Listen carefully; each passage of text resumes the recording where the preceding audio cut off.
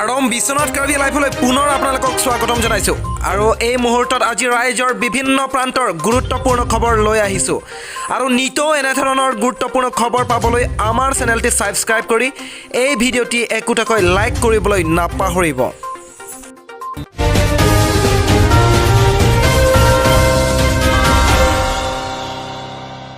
পৰীক্ষাত পাছ কৰিলেও এতিয়া চাকৰিত কৰিব ফেল। কৰোনা কালৰ মাৰ্কশ্বিটে নিদিয়ে এতিয়া চাকৰি।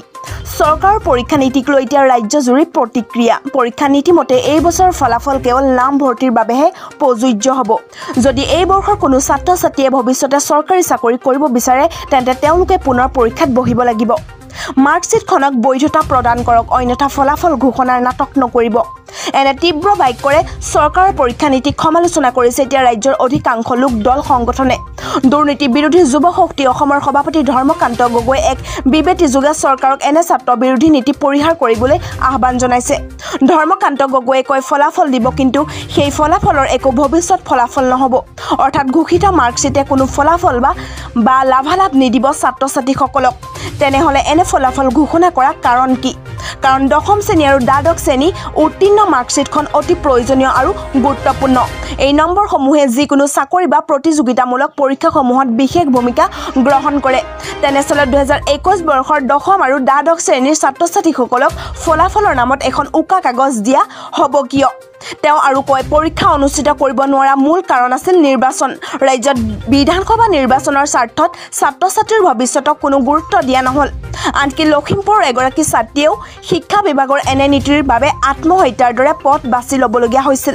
গতিকে শিক্ষা বিভাগ আৰু চৰকাৰলৈ আমাৰ দাবী, ঘোষিত হ'বলগীয়া ফলাফলৰ ভিত্তিত প্ৰদান কৰিবলগীয়া মাৰ্কশ্বিটখনক বৈধতা প্ৰদান কৰক। উল্লেখ্য যে শিক্ষামন্ত্ৰী ৰণোজ পেগুৱে আজি ঘোষণা কৰা পৰীক্ষা নীতিমতে এই বছৰৰ ফলাফল কেৱল নামভৰ্তিৰ বাবেহে প্ৰযোজ্য হ'ব। যদি এই বৰ্ষৰ কোনো ছাত্ৰ ছাত্ৰীয়ে ভৱিষ্যতে চৰকাৰী চাকৰি কৰিব বিচাৰে তেনেহ'লে তেওঁলোকে পুনৰ পৰীক্ষাত বহিব লাগিব। এই নীতিৰ ঘোষণাৰ লগে লগে ব্যাপক প্ৰতিক্ৰিয়াৰ সৃষ্টি হৈছে। এক অমানৱীয় কাণ্ড, মৃতদেহৰ লগত কৰিছিল ধৰ্ষণ, আৰক্ষীৰ গুলীত আহত হৈ এতিয়া চিকিৎসাধীন নৰপিশাচ পাঠা।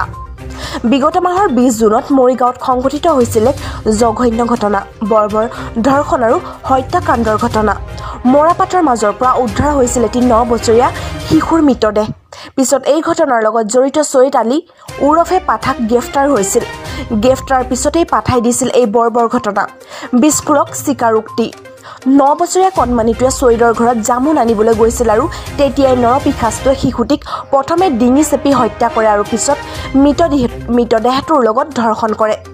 ধৰ্ষণৰ পিছতেই পাষাণটোৱে মৃতদেহটো পেলাই থৈ আহিছিল মৰাপাটৰ খেতিৰ মাজত। উল্লেখ্য যে ইয়াৰ পূৰ্বেও চৈয়দে আৰু বিভিন্ন ধৰণৰ জঘন্য কাণ্ড সংঘটিত কৰিছিল। ইয়াৰ পিছতে আজি পুৱতি নিশা আৰক্ষীয়ে চৈয়দৰ 2খন ভৰিত গুলী মাৰি আহত কৰে। অপৰাধস্থলীলৈ লৈ যোৱাৰ সময়ত চৈয়দে পলাবলৈ চেষ্টা কৰোঁতেই আৰক্ষীয়ে গুলীয়াইছিল পাষাণটোক। বৰ্তমান GMCHত চিকিৎসাধীন হৈ আছে পাষাণটো। এই সন্দৰ্ভত GMCHৰ অধীক্ষক অভিজিত শৰ্মাই কয় যে 2খন ভৰিতে চৈয়দৰ গুলী লাগিছে। বৰ্তমান তেওঁ সুস্থ আৰু তেওঁ শংকামুক্ত। কিছু সময় পিছতে তেওঁক ৰিলিজ দিয়া হ'ব। শীঘ্ৰেই জাৰি কৰা হৈছে নতুন SOP। 3 জুলাইলৈকে বলবৎ থাকিব বৰ্তমানৰ নিয়ম। সংক্ৰমণ বৃদ্ধি হোৱা অঞ্চলত এতিয়া কঠোৰ হ'ব নীতি নিয়মসমূহ। সংক্ৰমণ হ্ৰাস পোৱা অঞ্চলত আহিব এতিয়া শিথিলতা। কেইবাখনো জিলাত এতিয়া পূৰ্বতকৈ বৃদ্ধি হৈছে সংক্ৰমণ। গোলাঘাট, শোণিতপুৰ, কামৰূপ বৃদ্ধি পাইছে সংক্ৰমণত।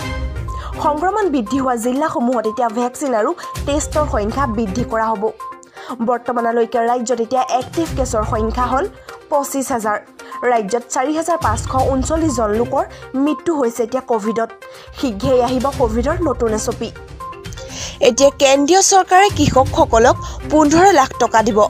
আপুনি আবেদন কৰিব পাৰে। কেতিয়া আবেদন কৰিব সবিশেষ জানি লওক। আৰু কৃষকসকলৰ বাবে সকাহৰ খবৰ আছে, কিয়নো কেন্দ্ৰীয় চৰকাৰে এতিয়া কৃষকসকলৰ সহায় কৰিবলৈ তেওঁলোকৰ উপাৰ্জন দুগুণ কৰাৰ বাবে নিৰন্তৰ প্ৰচেষ্টা চলাই আছে। ইয়াৰ পৰিপ্ৰেক্ষিতত এতিয়া যেতিয়া নতুন কৃষি বিধেয়ক অনা হৈছে, চৰকাৰে কৃষিক এক ডাঙৰ ব্যৱসায় হিচাপে গঢ়ি তুলিবলৈ কৃষকসকলক উপহাৰ দিবলৈ গৈ আছে।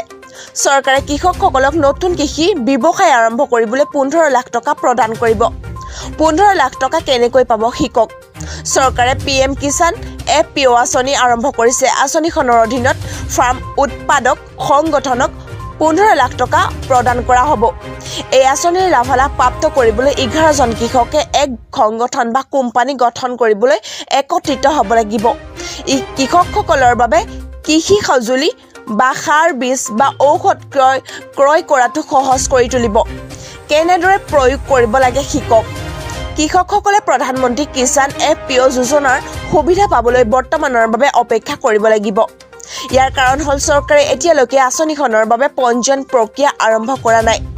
ইয়াৰ বাবে পঞ্জীয়ন আৰম্ভ কৰা হ'ব আৰু সোনকালে খোলা হ'ব, য'ত আপুনি আবেদন কৰিব পাৰে। সংবাদ মাধ্যমৰ বাতৰি অনুসৰি চৰকাৰে শীঘ্ৰেই ইয়াৰ বাবে এক জাননী জাৰি কৰিব। কিহৰ ভিত্তিত নিৰ্ণয় হ'ব ফলাফল? বিজ্ঞান, কলা, বাণিজ্য বৃত্তিমূলকৰ বাবে বেলেগ বেলেগ ফৰ্মুলা। আজি শিক্ষামন্ত্ৰী ৰণোজ পেগুৱে হাইস্কুল শিক্ষান্ত আৰু উচ্চতৰ মাধ্যমিক পৰীক্ষাক ফলাফলৰ ফৰ্মুলা ঘোষণা কৰে। মেট্ৰিক, মাদ্ৰাছা, উচ্চতৰ মাধ্যমিকত সুকীয়াকৈ ফৰ্মুলা ঘোষণা কৰে। উচ্চতৰ মাধ্যমিকত 4টা বিষয়ক ছাত্ৰ-ছাত্ৰী থাকে। বিজ্ঞান, কলা, বাণিজ্য আৰু বৃত্তিমুখী এই 4 ধৰণৰ বিষয়ৰ বাবে সুকীয়া ফৰ্মুলা ঘোষণা কৰা হয়। বিজ্ঞান আৰু কলাৰ যিসকল ছাত্ৰ-ছাত্ৰীৰ ব্যৱহাৰিক পৰীক্ষা আছে তেওঁলোকৰ 50% নম্বৰ হাইস্কুল শিক্ষান্ত পৰীক্ষাত শ্ৰেষ্ঠ নম্বৰ পোৱা 3টা বিষয়ৰ বাবে লোৱা হ'ব আৰু বাকী 30% আহিব প্ৰেক্টিকেলৰ পৰা। 10% নম্বৰ আহিব এছাইনমেণ্ট বা ছেছনেল পৰীক্ষাৰ পৰা লোৱা হ'ব আৰু বাকী 10% 90%ৰ পৰা লোৱা হ'ব। কলা আৰু বাণিজ্য শাখাৰ ছাত্ৰ-ছাত্ৰীৰ যিখিনিৰ প্ৰেক্টিকেল অৰ্থাৎ ব্যৱহাৰিক পৰীক্ষা নাই তেওঁলোকৰ 50% নম্বৰ দিয়া হ'ব হাইস্কুল শিক্ষান্ত পৰীক্ষাত। শ্ৰেষ্ঠ নম্বৰ লাভ কৰা 3টা বিষয়ৰ পৰা এছাইনমেণ্ট বা 2 বছৰ ছেছনেল পৰীক্ষাৰ পৰা লোৱা হ'ব 40% আৰু 10% নম্বৰ লোৱা হ'ব 90%ৰ পৰা। আনহাতে বৃত্তিমূলক পৰীক্ষাত 50% নম্বৰ দিয়া হ'ব হাইস্কুল শিক্ষান্ত পৰীক্ষাত। শ্ৰেষ্ঠ নম্বৰ লাভ কৰা 3টা বিষয়ৰ পৰা প্ৰেক্টিকেলৰ পৰা লোৱা হ'ব 40% আৰু 10% লোৱা হ'ব এই 90%ৰ পৰা। অমিত শ্বাহক সাক্ষাৎ ডক্টৰ হিমন্ত বিশ্ব শৰ্মাৰ। মুখ্যমন্ত্ৰী ডক্টৰ হিমন্ত বিশ্ব শৰ্মাই আজি নতুন দিল্লীত কেন্দ্ৰীয় গৃহমন্ত্ৰী অমিত শ্বাহক সাক্ষাৎ কৰে।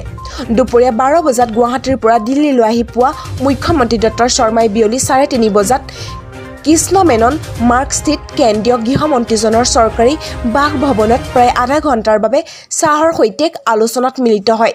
পাছত টুইটাৰযোগে মুখ্যমন্ত্ৰী ডক্টৰ শৰ্মাই প্ৰকাশ কৰা মতে শেহতীয়াকৈ অসমত চলি থকা ড্ৰাগছ বিৰোধী অভিযান, নাৰী সৰবৰাহ আৰু পশুৰ চোৰাং বেহাৰ বিৰুদ্ধে ৰাজ্য চৰকাৰে গ্ৰহণ কৰা পদক্ষেপসমূহ সন্দৰ্ভত তেওঁ কেন্দ্ৰীয় গৃহমন্ত্ৰী শ্বাহক অৱগত কৰে।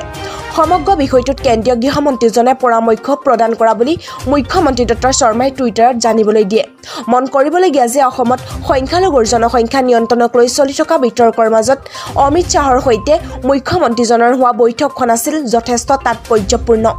তদুপৰি শেহতীয়াকৈ BPFৰ মুৰব্বী হাগ্ৰামা মহিলাৰীয়ে পুনৰ বিজেপি কাষ চপাক লৈ এতিয়া চলি থকা জল্পনা কল্পনাৰ মাজত কেন্দ্ৰীয় গৃহমন্ত্ৰীজনৰ সৈতে হোৱা এই বৈঠকখন আন এক তাৎপৰ্যপূৰ্ণ বিষয় হিচাপে সংশ্লিষ্ট মহলত বিবেচিত হৈছে। জানিব পৰা মতে দুদিনীয়া কাৰ্যসূচী লৈ দিল্লী ভ্ৰমণৰ মুখ্যমন্ত্ৰীজনে আজি ৰাষ্ট্ৰপতি ৰামনাথ কোবিন্দক সাক্ষাৎ কৰিব। ৰাষ্ট্ৰপতিৰ বাহিৰেও আজি তেওঁ কেন্দ্ৰীয় মন্ত্ৰী স্মৃতি ইৰাণী আৰু পীয়ূষ গোৱেলকো সাক্ষাৎ কৰাৰ কথা। চৰকাৰৰ কঠোৰ নিৰ্দেশৰ পাছতে এতিয়া কলিয়াবৰত প্ৰথমগৰাকী মহিলাই ঘূৰাই দিলে ৰেচন কাৰ্ড। কলিয়াবৰৰ কুঠৰি দাৰবাগুৰি সমবায়লিৰ অন্তৰ্গত গ্ৰাহক নীলু শইকীয়াই পুত্ৰৰ চাকৰি থকাৰ বাবেই চৰকাৰৰ নিৰ্দেশ পালন কৰি ঘূৰাই দিলে ৰেচন কাৰ্ড। গ্ৰাহকগৰাকীৰ এই পদক্ষেপক এতিয়া শুভেচ্ছা জনাইছে বিভাগীয় বিষয়াসকলে। উল্লেখ্য যে 1 লাখ টকাৰ ওপৰত বাৰ্ষিক আয় লাভ কৰা সকলক ৰেচন কাৰ্ড ঘূৰাই দিবলৈ ৰাজ্য চৰকাৰে যি নিৰ্দেশ দিছিল তাৰ পাছতেই কলিয়াবৰত প্ৰথমগৰাকী গ্ৰাহকে এতিয়া ঘূৰাই দিয়ে ৰেচন কাৰ্ড। দৰিদ্ৰ সীমাৰেখাৰ ওপৰৰ যিসকলে ৰেচন কাৰ্ড স্বইচ্ছাৰে ঘূৰাই নিদিব সেইসকলৰ নাম ছাৰ্ভে অনুসৰি কৰ্তন কৰি বিজ্ঞাপন আকাৰে নাম তালিকা প্ৰকাশ কৰাৰ কঠোৰ সিদ্ধান্ত লৈছে এতিয়া ৰাজ্য চৰকাৰে। কাৰাগাৰৰ পৰা ওলাই সংবাদ মেলত বিস্ফোৰণ অখিল গগৈ ক'লে, মই কাৰাগাৰত নথকা হ'লে চৰকাৰ গঠন কৰিব নোৱাৰিলেহেঁতেন বিজেপিয়ে। কা আন্দোলন প্ৰসংগ উত্থাপন কৰি অখিল গগৈয়ে কয়, অসমৰ সৰ্বকালৰ ইতিহাস ৰচা আন্দোলন হৈছে কা আন্দোলন। সংবাদ মেলত বহু বিস্ফোৰক মন্তব্য আগবঢ়ালে অখিল গগৈয়ে। সংবাদ মেলত অখিল গগৈয়ে কয়, 2021ত ৰাইজৰ দলৰ সভাপতিক জেলত ৰাখি চৰকাৰ আহিল। মই কাৰাগাৰত নথকা হ'লে বিজেপিয়ে চৰকাৰ গঠন কৰিব নোৱাৰিলেহেঁতেন।